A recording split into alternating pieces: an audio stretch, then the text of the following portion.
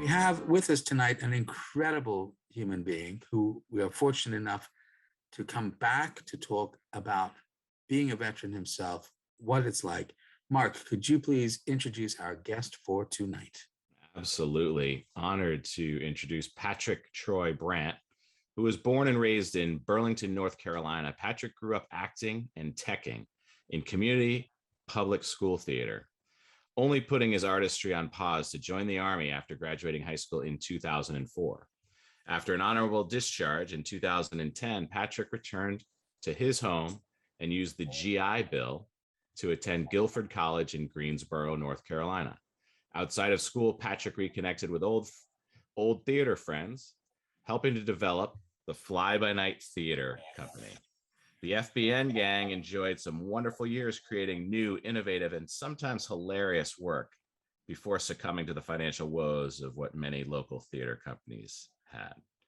Patrick graduated in 2015 with a BA in theater performance and then moved to Asheville, North Carolina, where he performed professionally with Flat Rock Playhouse, North Carolina Stage, Immediate Theater Project, and Attic Salt Theater Company. But in 2018, he auditioned for and was accepted to the 3-year professional conservatory at Stella Adler Studio of Acting in New York. Patrick completed his training at Stella Adler in August of 2021. He currently lives in Brooklyn with his partner, Nina, and his black cat, Bruce. Welcome back, Patrick. Welcome back, Patrick. Thank you. Thank you, Mark. Yeah, it's great to be here. It's a very actor-heavy bio because I believe that's from my website, so that would make sense. So any representation listening out there, pay attention to everywhere that I've worked. Yeah, and there are lots. Absolutely. Fly By Night Theater. That sounds like an incredible thing. Tell us. I don't think we even spoke about that last time. Tell us about that. Sure. It's a great place to start. So to recap a little bit, I left to go into the Army right after high school. I enlisted in what they call the delayed entry program at 17.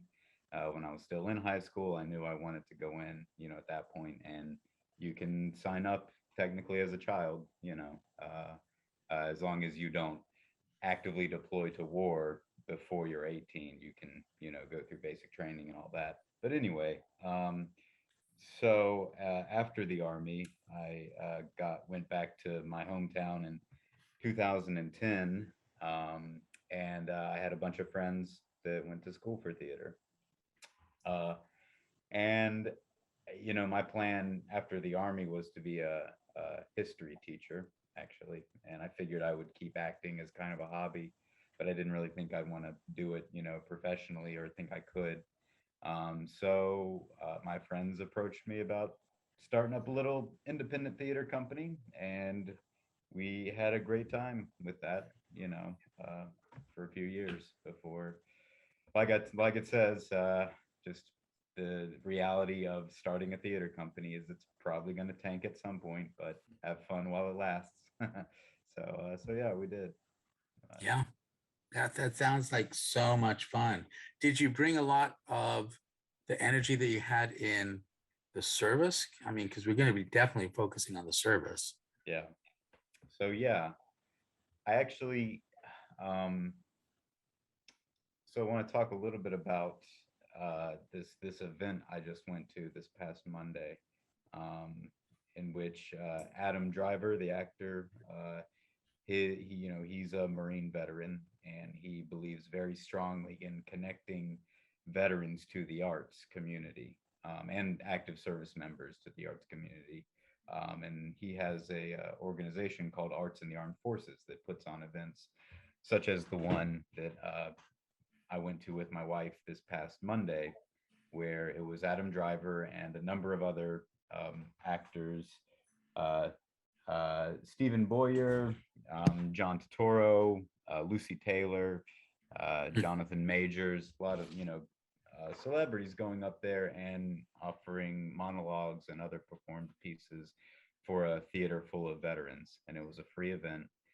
And Adam Driver had a little Q&A afterwards, and one of the things he talked about was comparing the type of individual that comes from the military service, transitioning into the theater community, and how that individual brings with them so many aspects that parallel both of those worlds.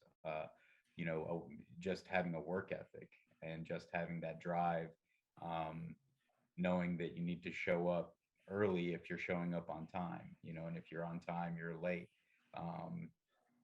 The extreme situations that service members have to deal with, the very real life or death situations that service members deal with, that then translates into bringing the truth of a imagined life or death situation on stage. Working in a tight knit group of people that maybe, the day before you didn't know them and they were complete strangers, but you all know you have a mission, whether that mission is to, conduct a military operation or to put on a theater performance. You have a common goal and you have a drive, and you bring an aspect of teamwork, as a veteran, that maybe many civilian artists were not necessarily as exposed to. And this is all, again, what Adam Driver was sort of talking about that really resonated with me, and I think he put it in a really nice, succinct way. And what an interesting connection between that and theater and the service and the teamwork and strangers coming together. And in many ways, that's what happens with us, not only here on the Dr. Joe Show, but with our sponsors, because it is a teamwork, and many of them will be strangers to you until you listen to what they have to offer. So with that in mind, Larry, let's take a commercial break and we'll be right back with the Dr. Joe Show. Stretch the canvas, rush with madness. Is it sadness or just a show?